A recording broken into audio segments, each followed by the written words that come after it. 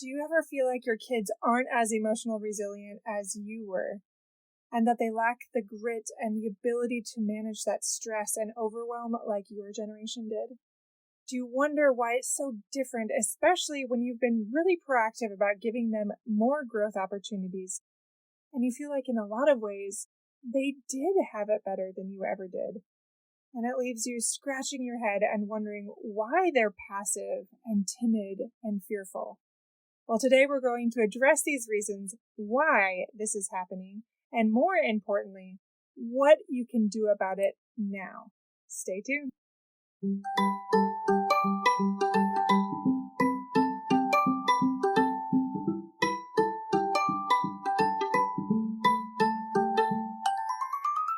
Hey parents, welcome to Fulfillment Therapy.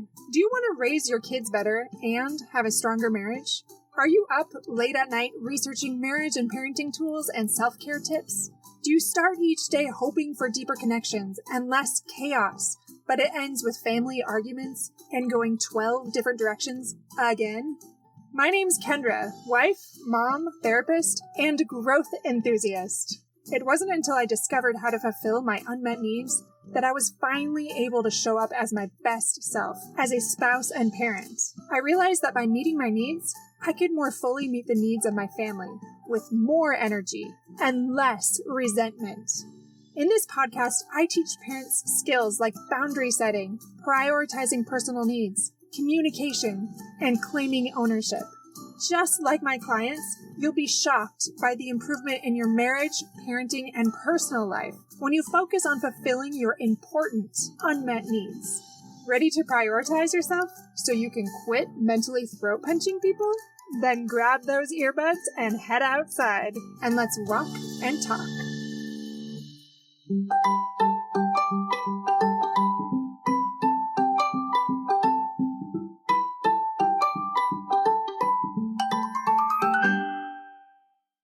Welcome back, my friends, to episode number 141. Why do my kids lack emotional resilience and grit? They have it so much better than we did. This is a topic I've been thinking about for a while, and I honestly just want to jump in and write a book and do a lot of research, but I'm holding myself back because I've already done a lot of research, and it is not quite time for me to write a book yet. So instead, this will be my introduction to my future book, potentially. But it's something that has been on my mind quite a bit. Number one, because I have tweens and teens in the house right now and younger children. And this is something I've been thinking a lot about because I want to help my kids thrive above all else.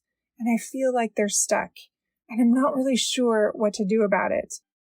And my clients have been saying the same things.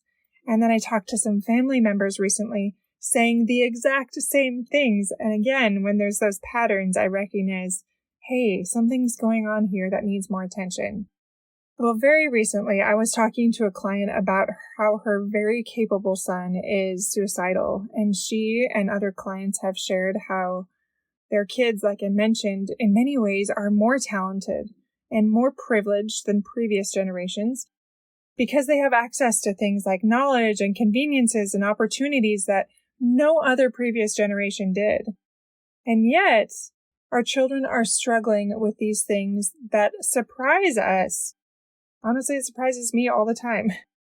And my clients that are parents are at a loss as to how to help them. And as I've been thinking about this, I am reminded again that this is uncharted territory for us as parents. We're not sure how to help our parents when we didn't struggle in quite this way. Yes, we might have felt nervous or stressed at times and struggled as teens, but for the most part, we really weren't overcome with this debilitating anxiety and we weren't so easily overwhelmed. Now, there might be a few exceptions there, but in general, that was the case culturally. We did have more grit. We did have more emotional resilience, and we weren't so fearful. Honestly, I don't even remember me and my friends and I talking about anxiety. It just wasn't really a thing that we were worried about. I have a quick story about that. When I was getting my master's degree while I was raising 4 young kids, I learned how to let go of things and stop fixating on things that I cared a lot about before, namely cleaning and taking over my kids' chores when they weren't done well. Like, I just liked to clean house. I liked things done in a certain way, and I was a little bit more controlling, I would say, about making sure everything was in order and in its place, which isn't a bad thing. Well, out of necessity during my master's program, I finally learned how to let go, and that I could let go of those things, and that I shouldn't be doing those things that I was doing before. It wasn't helping them. Now I allow my kids to make more messes, and I require my kids to take ownership and do their jobs better, rather than me fixing it for them when it isn't done right. That has been a slow lesson learned, and sometimes it's even embarrassing when people come over, and it's not like I would have it, but I've learned to let go of that, recognizing there's a more important lesson to be learned. So, like I said, many times they leave the house dirtier than I would leave it. After dinner, we all do our chores, and it's clean. Well, often by the morning time, now that I have 4 actually older kids that stay awake sometimes later than I do, it's messy again when I get up in the morning, and that's discouraging, and more boundaries need to be set, and more training happening, but that is a part of the learning process. Anyway, this does not have much to do with the anxiety part, but there is a point to this. So one particular evening, my son talked about how anxious it was making him feeling to have the house dirty. And he's not a very emotional person. He's pretty even keeled. And on one hand, I was really impressed with his emotional awareness. And on the other hand, I was thinking how interesting it was, because that is not anything somebody would have said in my generation, especially a younger teen. And that is one thing that I would say is very valuable about the rising generation, that they do have more of an emotional awareness.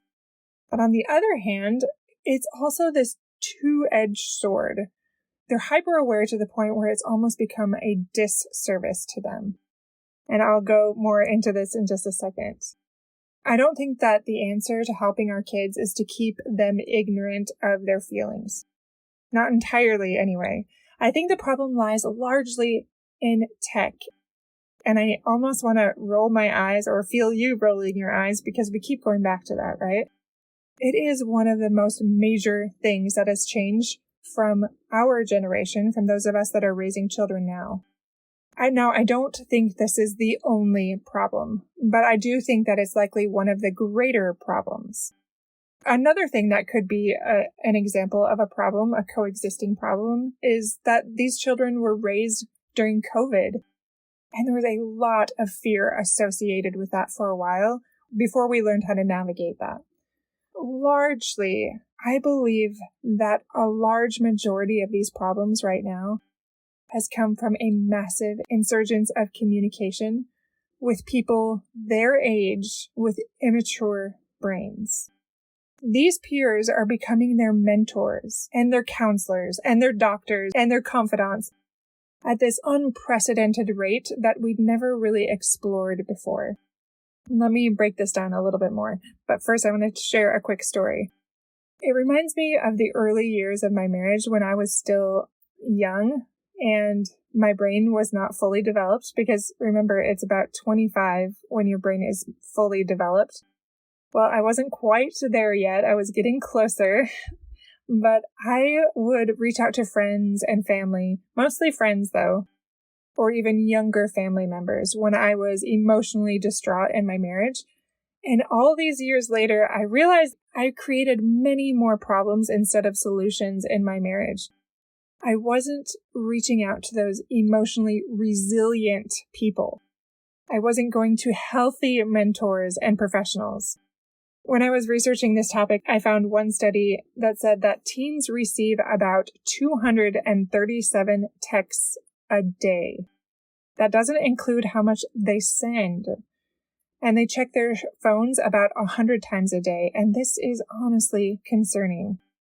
I think I've mentioned this before, but my exchange students, I've had 3 now, they all talk about how strange it is that many of the school districts in America allow phones in the classroom.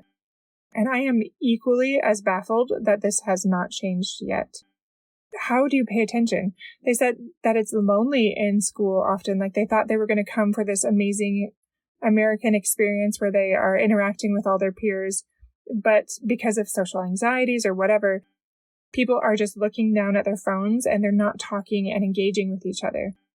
They're not even paying attention in class. Their focus is so divided. Now I want you to just think about how much our kids are being influenced by peers with underdeveloped brains who don't see the big picture, who don't have life experience, and who are in the stage of life where they already see things through a very dramatized lens. These are the people our children are interacting with, not as this terrible way. Like, they're not terrible people. They're just young, immature people that are giving them life advice. I was speaking to a client who struggles with anxiety about this topic recently, and I asked her what she thinks would have helped her to be more emotionally resilient, especially as a teen, and even now as an adult. And she said, all I saw in my mentors was worst case scenarios. I just needed mentors who reminded me that everything would work out. I needed a calming presence to remind me of the best case scenario more often. And that really resonated with me. Maybe that is the key right there, that calming presence, that best case scenario. Just think about that and think about those 237 received texts a day. Now, they aren't all worst case scenarios. I recognize that. And I recognize that all these teens are not necessarily texting like crazy. And yet they still might have these same problems because it is like a cultural thing. But they are often dramatized teen lenses that reinforce those cognitive distortions that our kids are having. That's a very natural thing that happens. We have cognitive distortions. We all do. All that means is those lies that we tell ourselves that we believe are reality when in fact they are not. If you have any questions about that, go back to my previous episodes on cognitive distortions or on anxiety. Otherwise, just do a quick Google search of cognitive distortions. I'll try to remember to put that in the show notes as well for information on that and previous episodes on that. But it's no wonder our children are suffering. We've just given them technology that amplifies anxiety without understanding the ramifications.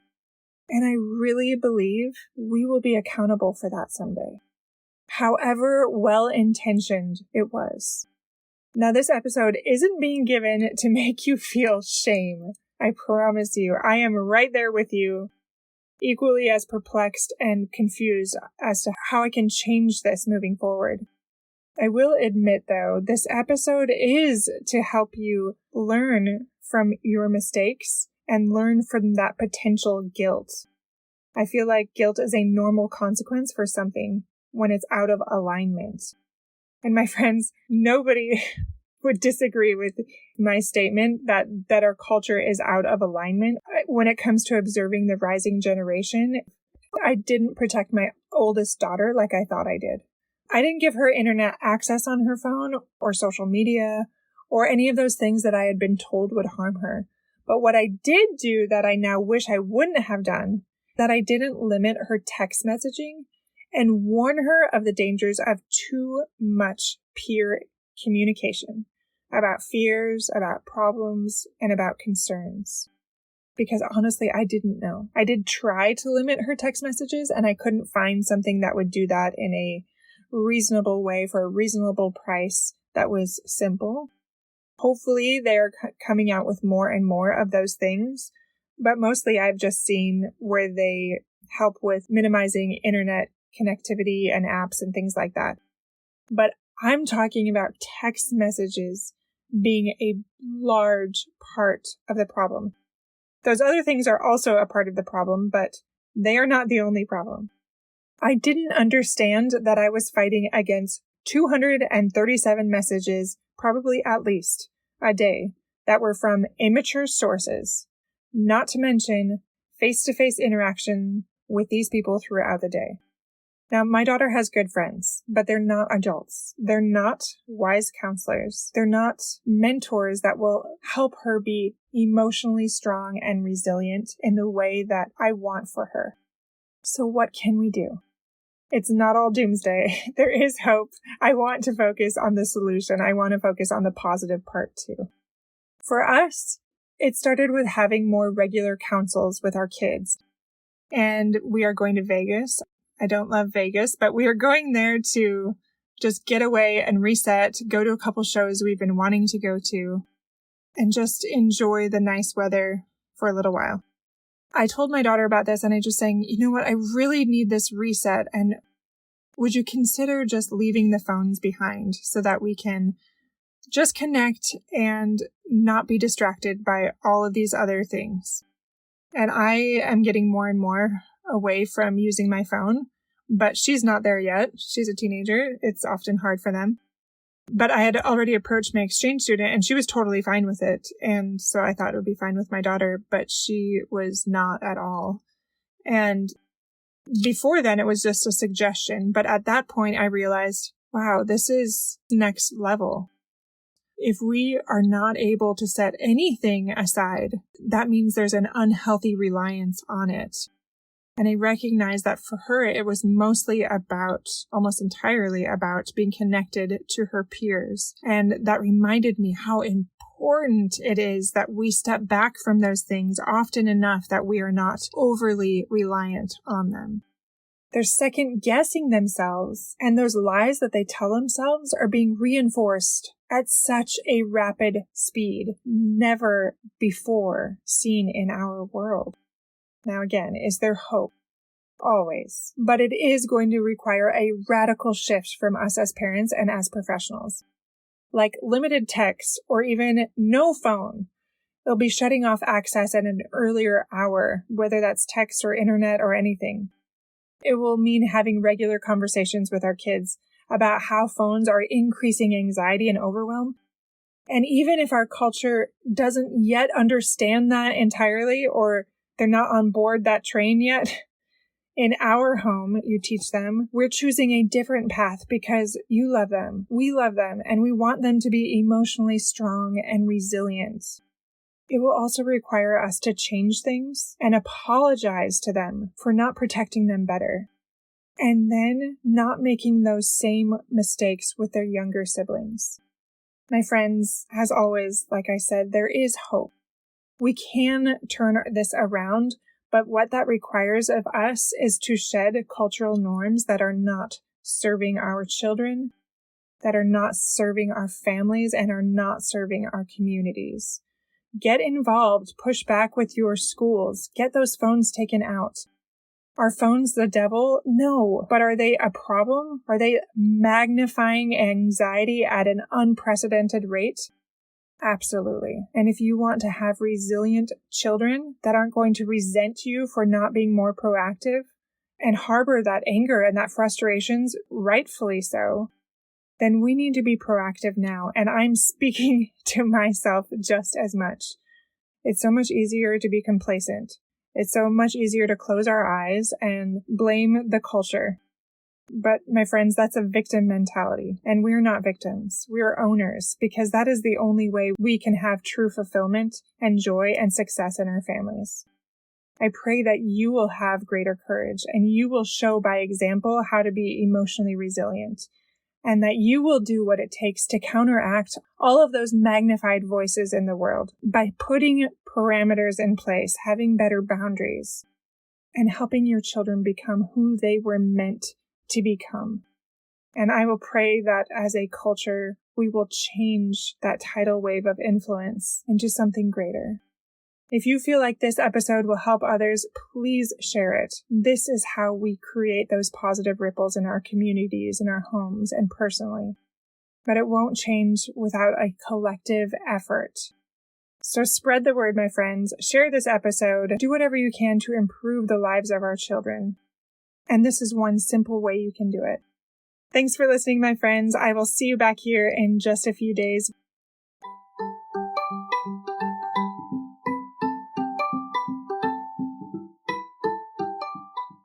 Hey friends, I hope you enjoyed today's episode. If you did, chances are someone else would too. Would you take 30 seconds to share this with a friend who's looking for greater family fulfillment? And while you're sharing, tell me what you think about the show by leaving a review on Apple Podcasts. It refuels me when I hear this podcast is helping you. No matter what your house or your hair looks like, I'll meet you back here every Monday and Thursday morning for more episodes. Until then.